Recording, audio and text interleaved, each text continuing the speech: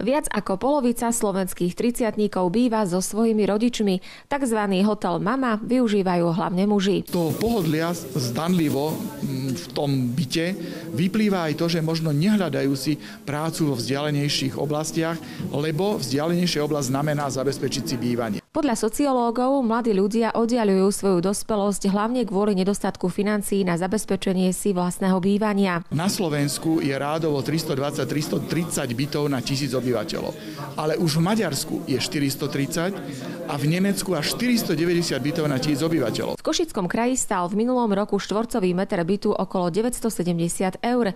Priemerná mzda v regióne sa však pohybovala len okolo 600 eur.